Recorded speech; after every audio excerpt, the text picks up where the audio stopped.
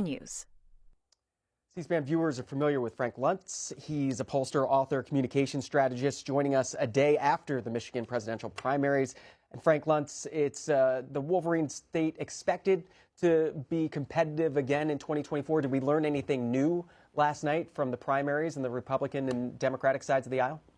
Yes, we did. And I think it's Shakespeare who said, everything that is old is new and everything that's new is old. We're going to have a fascinating election campaign. I'm concerned about the tone and the demeanor of it. I'm concerned about how we each relate to each other. And I'm listening to C-SPAN often in the mornings, and it's a little bit quieter in the mornings than it is in the evenings. But three things that stand out to me. Number one is that there's no hesitation, no doubt whatsoever that it's going to be Joe Biden versus Donald Trump. Any thought of someone coming in late, it's just not going to happen. Second is that there is discontent on both sides. That the fact that Nikki Haley, the governor of South Carolina, does not have a chance of taking the nomination, and yet she's still getting a sizable vote.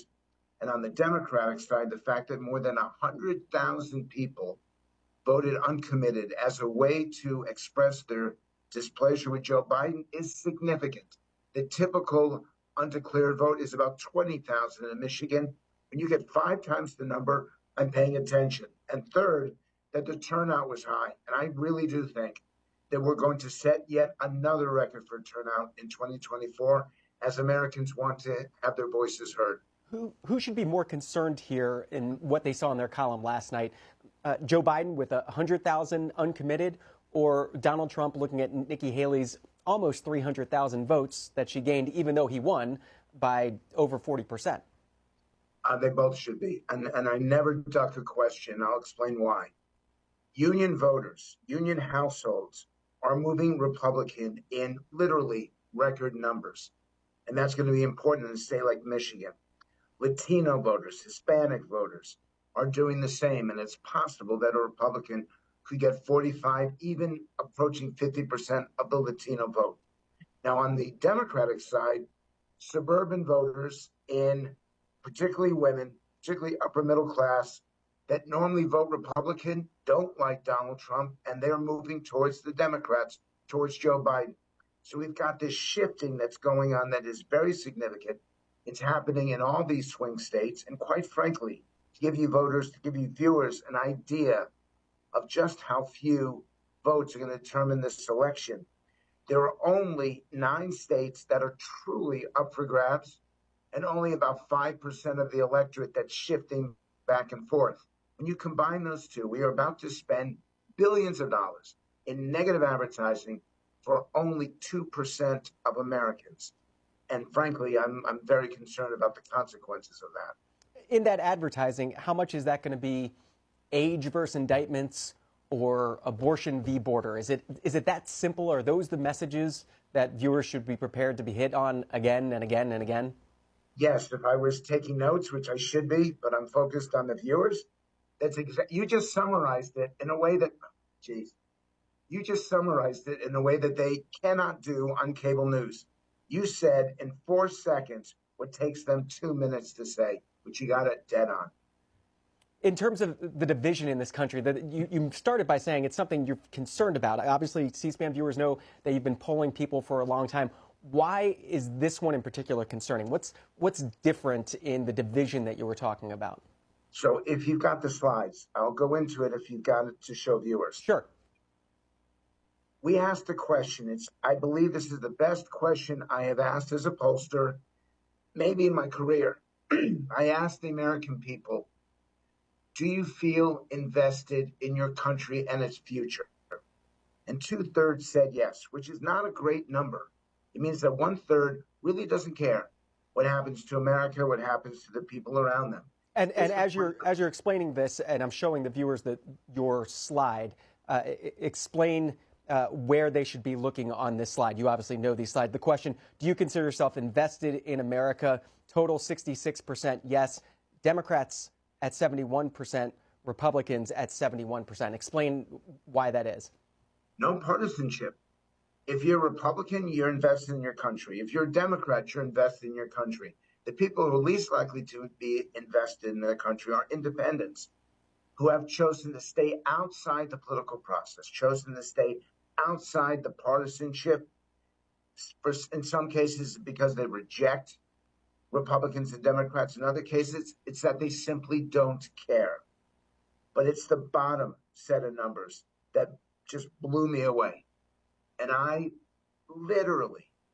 mean this, when I saw these results come back, I started pacing, and it was hard for me to write the analysis. Just 31% of Americans, and even fewer among Republicans, believe their country is invested in them and their future.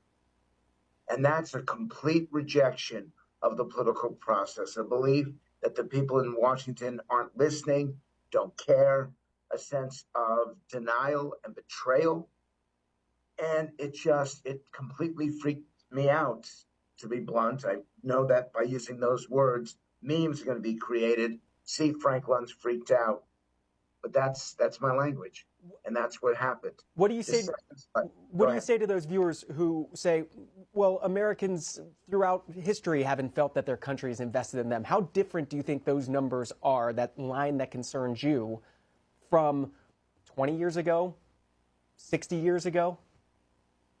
My belief is that it's an all-time high. This country created a vaccine that saved millions of lives.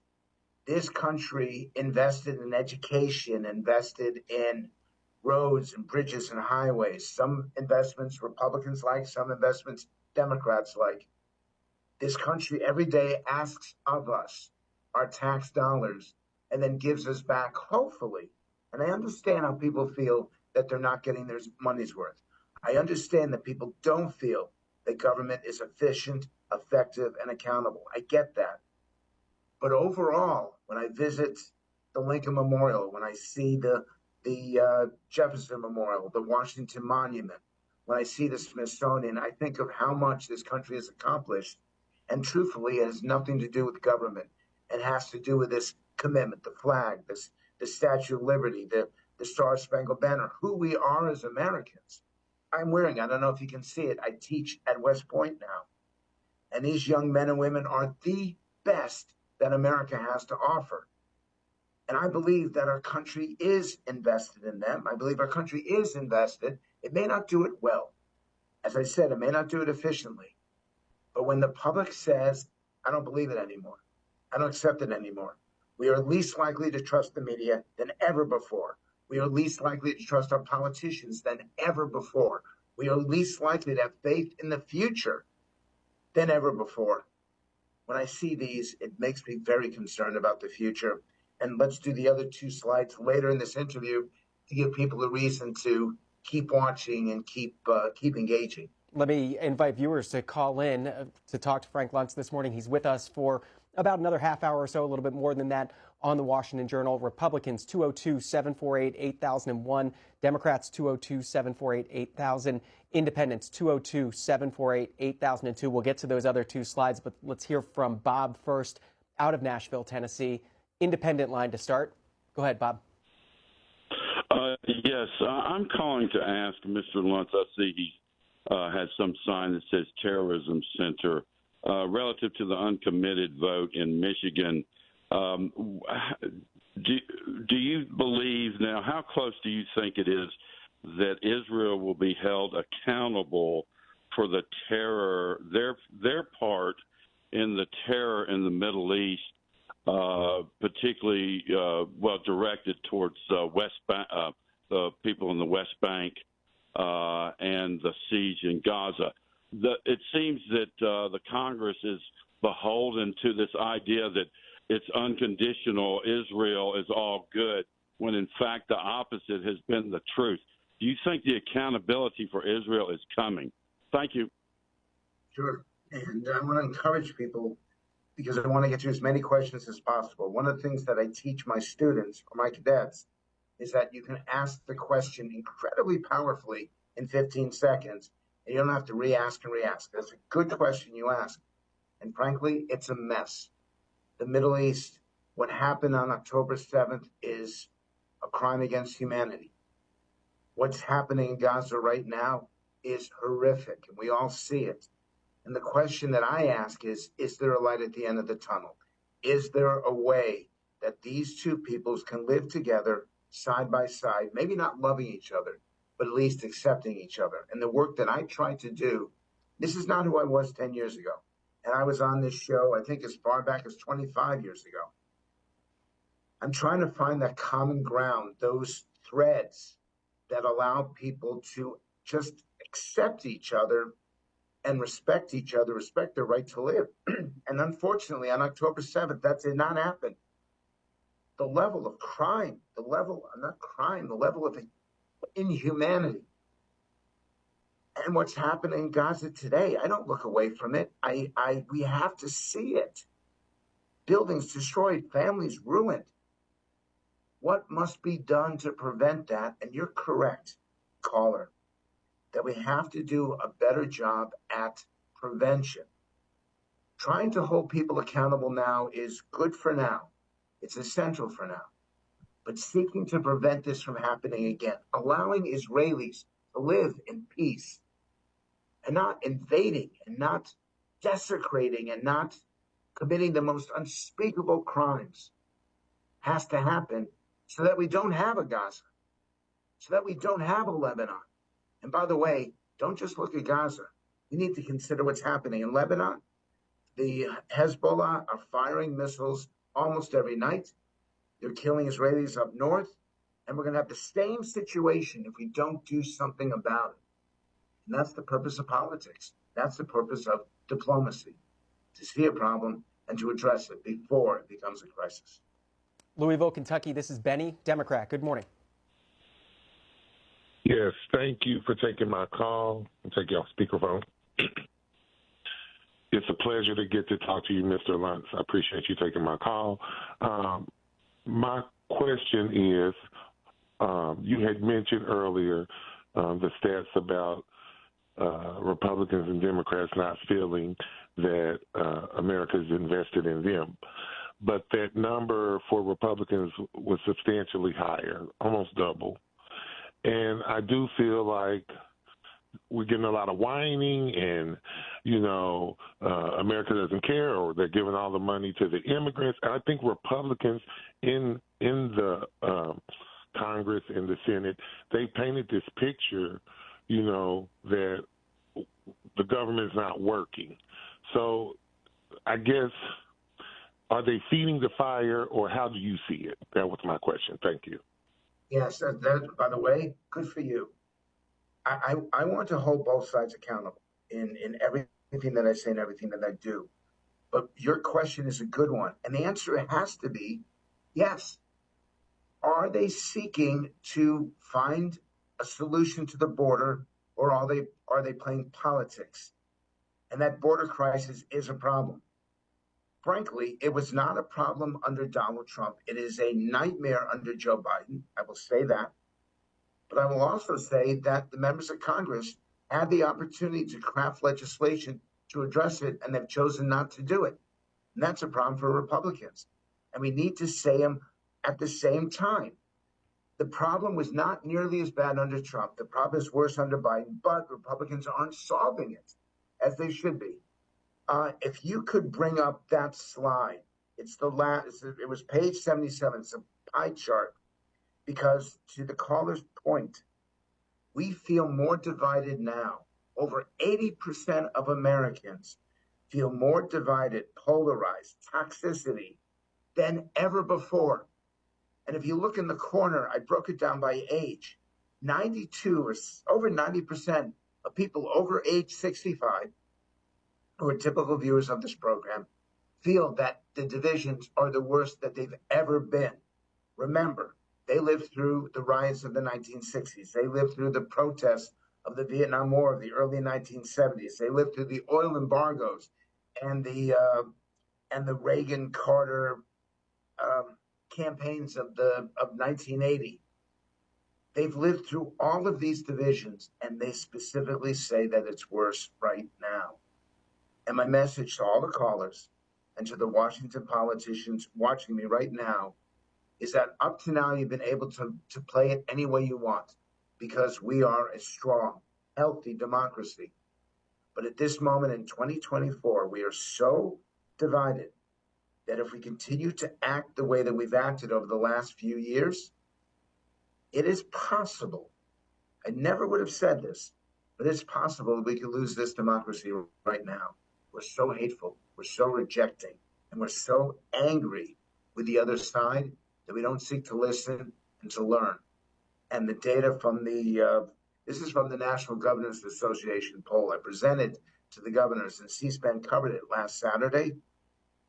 It's governors from both sides. It's callers from both sides. It's me as a former political consultant. We have to take responsibility. We cannot make a situation any worse because right now we're on that line. And if we get any worse, then I ask you, tell the West Point cadets when you run into them in the airport and you see them, explain to them how you're jeopardizing the future of this democracy. We can't do that. We have to stop. Your presentation to the governors and your slides point to the forces that are pulling this country apart. What are the forces that you see that are bringing this country together? What should we rally around? Oh, clearly it's more on that. It's here in West Point. It's education itself. I'll give you two specific solutions for this. Number one is education. The more that we know, the more knowledgeable we are, the less likely we are to be angry because the more that we understand and appreciate the other side. That's point number one. And point number two is the communication that elected officials deliver should be, and this is something, it's called the Dignity Index, and it's a way of communicating. It was created by Tim Schreiber and the Unite movement. We should reject communication that demonizes the other side. It is perfectly acceptable to disagree. In fact, there's nothing wrong with disagreement. We should embrace it. That's what a democracy does. But how we disagree. Do I simply think that you're wrong, which is fine? Or do I think that you're evil, which is not? And so we have to find a better way. We fix the education system and change our discourse, and those two solutions will make a meaningful, measurable difference in the future of this country. From one Frank in New York to another Frank in New York, this is our Republican line. Good morning. Frank, this is Frank from New York. I've been listening to your callers, and your responses have been very interesting and intelligent. I was an elected official here for 20 years and never lost an election, always had both sides support, both Democrat and Republican and conservative. What I think is not being said, quite frankly, I have never seen, I'm 81 years old, I have never seen the legacy media in all forms.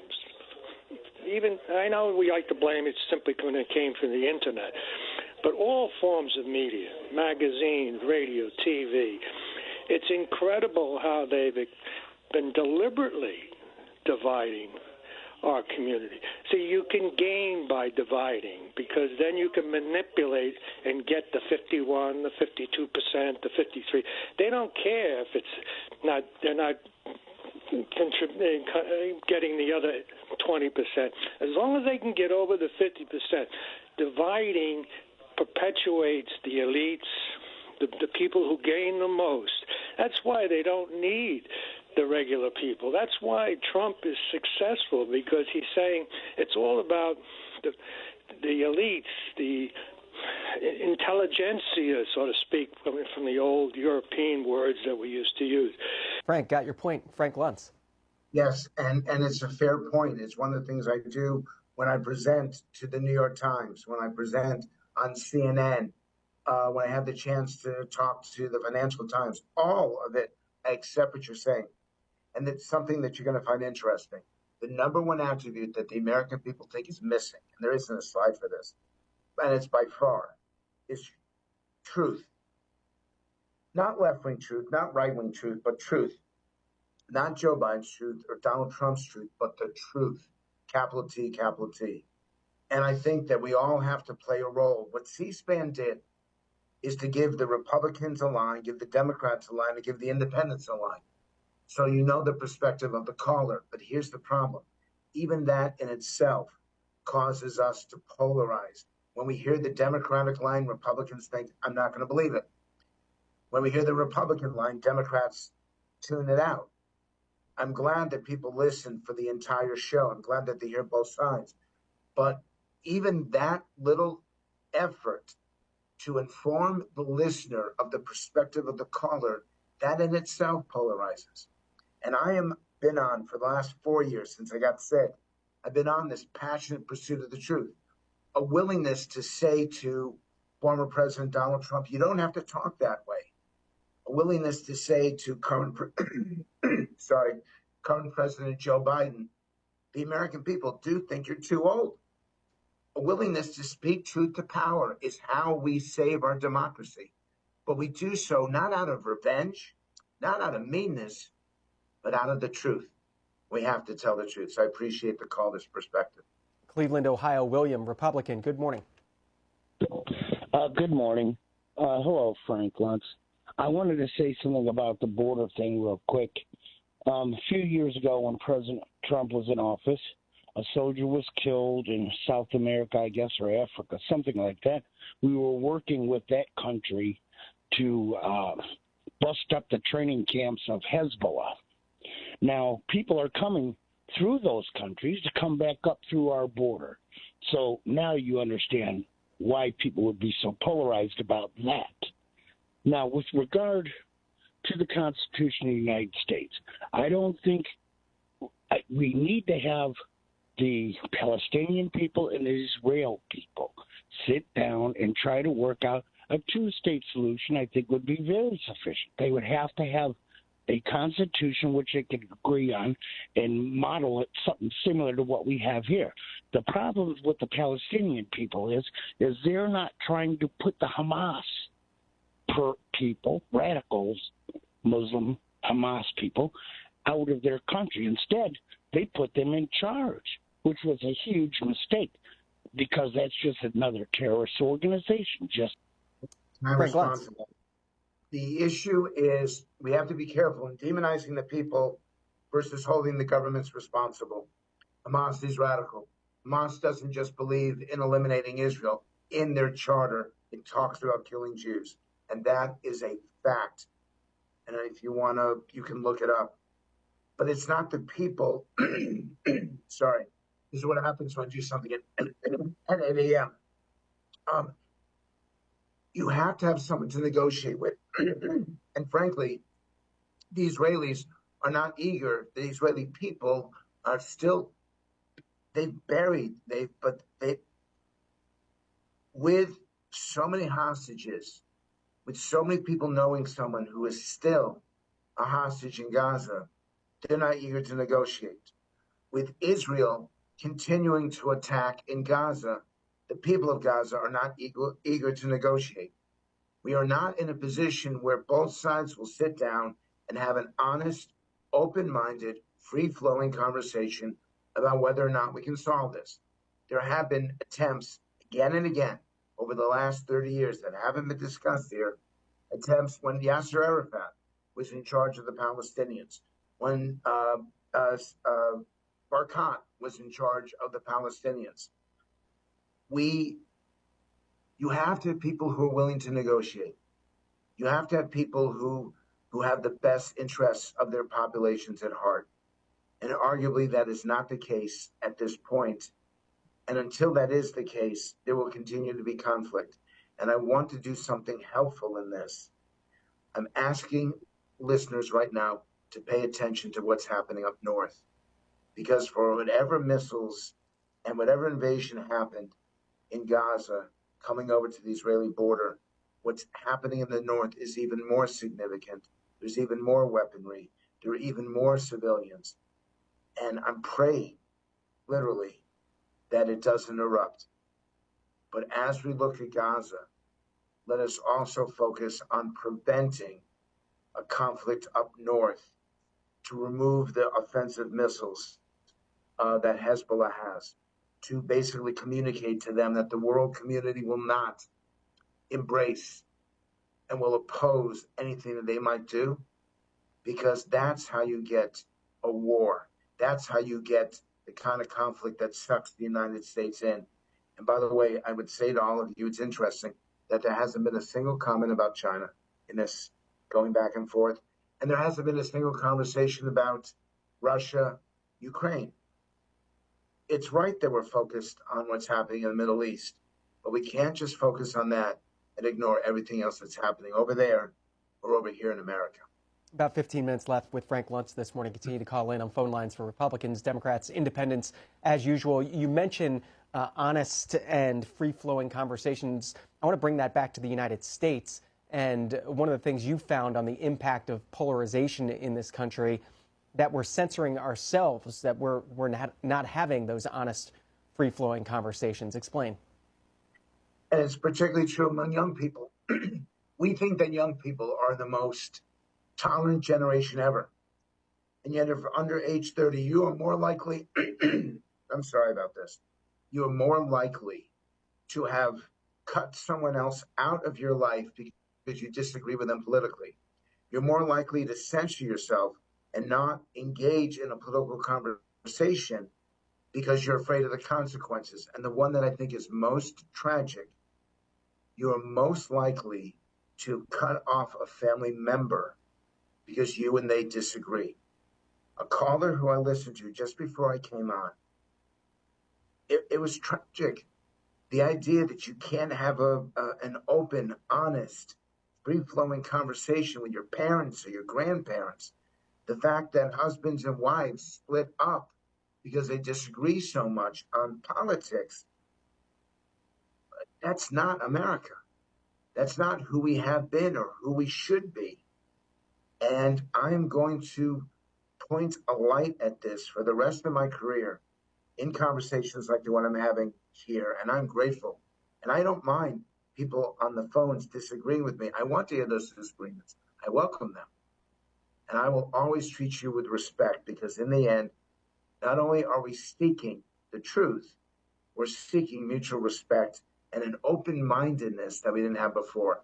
There's the governor of Utah, Spencer Cox, who's done a brilliant job at focusing on this challenge, because in the end, we can solve inflation, we can solve immigration, we can solve education, we can solve manufacturing, all these challenges, if we're just open enough and open-minded enough to have these conversations. But if we're not, we cut people out, that none of these challenges will be solved, and the country will continue to sink deeper and deeper into this political and partisan morass. To Christopher in New York, line for Democrats. Good morning. Good morning. I just wanted to ask Frank about the intersection that we're at in our evolution. I want to talk about it from a point of ascension. Mankind has ascended to the point where industrial revolution, computer revolution, now the space age is bringing us forward. And I wanted to talk about that the fact that in our evolution we've always used the things that made us evolve, like the whole food, shelter, clothing thing made us better, but we had to fight for it, so we became warriors. Well, in today's world, it seems like we become more like warrior nations, and we've weaponized everything from our schools to even the fetus, and it's getting to the point where we can't do it any other way, but we can. I mean, I think it's just really a matter of looking at what are the common themes for us. The other thing is the belief system. And well, Christopher, let me pause there and let Frank Luntz jump in. Yeah, because this thing is evil. This gives us the ability to visit a museum halfway across the globe. This gives us the chance to interact with virtually every human being at an affordable rate. I remember when I was a kid, I had to book a phone call to call my parents at home. It cost $30 or $40. I had to get on and get off really quickly. This now addicts your children and your grandchildren. This, thanks to AI and social media, spreads falsehoods faster than the truth can spread. And so I've got something for you and for everyone there. If you're a parent and you're watching me right now, and your kids don't listen to you and they don't want to engage you and they seem to be spending their entire life on their phone. Take it away. The way that we address so many of these challenges right now is for parents to assert their responsibilities and their control. This should not be a device that disconnects us. This should be a device that allows us to do things we never could have done before. But if you allow your kids on social media 3 hours, 4 hours, TikTok is not just a disease. TikTok is toxic and is destroying the ability for us to have conversations that last 45 minutes, to really engage in these debates as we're doing right now this morning. If you allow your child to get addicted, it's not your child's fault. It's your fault. Go up, take the phone away. Don't let your kids use it at school. Don't let them use it in place of education. Using this to Google or to Bing something is the good use of technology. Using this to spread hate and division on social media is the bad use. Staying in the Empire State, this is Pat in New York, independent. Good morning. Good morning. Thank you for having me. I would like to tell the gentleman that we lost democracy in this country a long time ago. I think it was John Adams that said that the two-party system was the worst thing 200 years ago that could happen to this country when they're set up against each other into a conflict, which is the only thing that we concentrate on, not the issues. The people aren't educated on the issues. The people can't participate on the issues. You know, we have the tools to do that. We can go on C-SPAN and look at all the bills that are raised, and with a computer we can vote instead of having these people who do not represent us. And, you know, what's happening, just to say what's happening in Israel, it's a disgrace to the American flag. It's a disgrace to the honor of the United States and to America and to the people of this country who are going to take the blame for it. These foreigners think that we, the American people, are the decision makers here, the way we were supposed to be, you know, we the people. It doesn't work. All right, these two guys that are going for the presidency, we always have two people, the same two people coming up for the elections. Out of 350 million people in this country, we're stuck with the same puppets, and we want to know who the puppet masters are. It's Pat. Frank Luntz. Okay, I appreciate that perspective, but you know what? Ronald Reagan did not have a puppet master. Ronald Reagan responded to the public. We were incredibly down. It looked like American democracy was failing. And in the 8 years, he gave us hope and opportunity and a belief in the future again. And so did Barack Obama. Then when he became president, the idea that an African American, against all sorts of odds, could rise to become president really gave this country hope. Republican and Democrat. I know that half of you think Reagan's great, and half of you hate him. Half of you think Barack Obama's great, and half of you hate them. That's okay. I should say it's half okay. Hate is never acceptable. My issue right now, and I'm hoping that No Labels is successful, I'm hoping that there is a viable third-party candidate to give us an alternative to these two individuals who are running. Make no mistake, Donald Trump's support, I've never seen a candidate with more intense support, more loyalty, and a willingness to literally walk through fire for him than Trump's support. And in Joe Biden's case, despite the fact that he's 81, he's still going to be the Democratic nominee. So there is strong support for them. But for the first time since I've been polling, and this goes back now 38 years, 2/3 of Americans are looking for an alternative to the two major parties, somebody else they could vote for. Not that they will, but they want an alternative to Trump and Biden. And we're going to see over the next few weeks if they're going to get that or not. Do you have someone in mind of who that could be? Well, I thought it could be Joe Manchin, but he said he's not interested. I thought it could be Larry Hogan, but he decided to run for the Senate in Maryland. I'm thinking that it could be Senator Cassidy of Louisiana, a Republican, or the Tulsi Gabbard, the former Democratic Congresswoman from Hawaii, or the former Governor John Huntsman from Utah. Admiral McRaven was the name that was mentioned, but he has since publicly said he's not interested.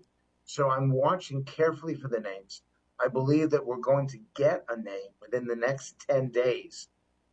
So we should talk about how viable that person is, because once you get to 22% of the vote, you start to win electoral votes.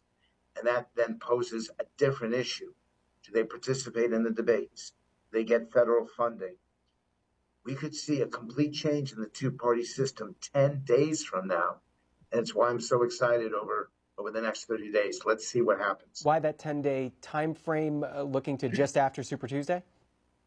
Man, yes, that's exactly it. Because on Super Tuesday, there cannot be any doubt after Super Tuesday. There's no doubt for me who the nominees are. But after Super Tuesday, it will become impossible for someone to challenge either Joe Biden and Donald Trump. And with that 70% who would rather not have those two candidates running, I believe that right after Super Tuesday, we're going to know of an alternative. And I will be fascinated to know who that alternative is. We've got time for just one or two more phone calls with you this morning. Thor's been waiting in Annapolis, Maryland, Republican. Good morning. Hey, good morning. Frank, I just had a quick comment about your quote that you started with, which was a Shakespearean quote. Reminded me of To Be or Not to Be from Hamlet, which got me thinking about to be someone or to do something, as written by John Boyd. And so based off of that, based off of your experience in polling and surveys, I'm curious, you talked about 2/3 of the nation don't feel like the government's doing something for them. Well, I'm curious, have you discovered a correlation with the activities of individual citizens in the United States? Are they actively doing something, whether it's education, joining the military, getting involved in their local community? Is there a correlation between that number and the number you quoted with 2/3 not being feeling like the government's doing something for them? Thank you. Absolutely. God, that's the best question of this morning. And if you're involved in some sort of service, either the military or faith or charity, the more involved you are in your community, the more positive you are. By the way, the linkage is incredible. The happier you are with your family, the happier you are at work, in your employment, in your career, the happier you are in where you live. There is a direct correlation with public service and public acceptance and embracement, that's a word, to American democracy. And I love that correlation because it's something that everyone on this call can do. Rather than complain about what's going on in America, actually do something about it. And frankly, there's no place in America where I see more commitment to service, sacrifice, character, and courage than where I am sitting right now at West Point. They are raising, training, and sending out to the world the most incredible cadre of future leaders. And I just wish other universities had the same curriculum and had the same positive impact that West Point has. Final minute here, Frank Luntz. I looked it up while you were talking. 117 appearances on C-SPAN over the years, 21 on this program dating back to 1994. And we can show viewers an image of that 1994 visit to the Washington Journal. You mentioned how the phone lines are set up. Don't mind holding up the mirror to this program. If you were setting up the phone lines and trying to create this forum and have this conversation, final 45 seconds, how would you do it? Oh, wow. You know, first off, this is the best interview. I've had a great experience with your host for years now, but you are the best interviewer I've ever had. This will mean I'll never be on the show again. I realize that. But the questions that you ask, I believe that viewers have the right to the context. They have the right to know where you're coming from and where you support. But I'll be looking for ways to break it down in other ways. Because in the end, if we only see things Republican, Independent, Democrat, that just makes us partisan. Please give me a shot a couple months from now. Allow me to think about the answers so I say something intelligent. And let's continue this conversation because viewers, you're awesome. And I appreciate the fact that there's no hate this morning. Always appreciate you having you on, Frank Luntz. On X, you can follow him at Frank Luntz. And we'll, of course, have you back down the road. Thank you so much, sir. Thank you.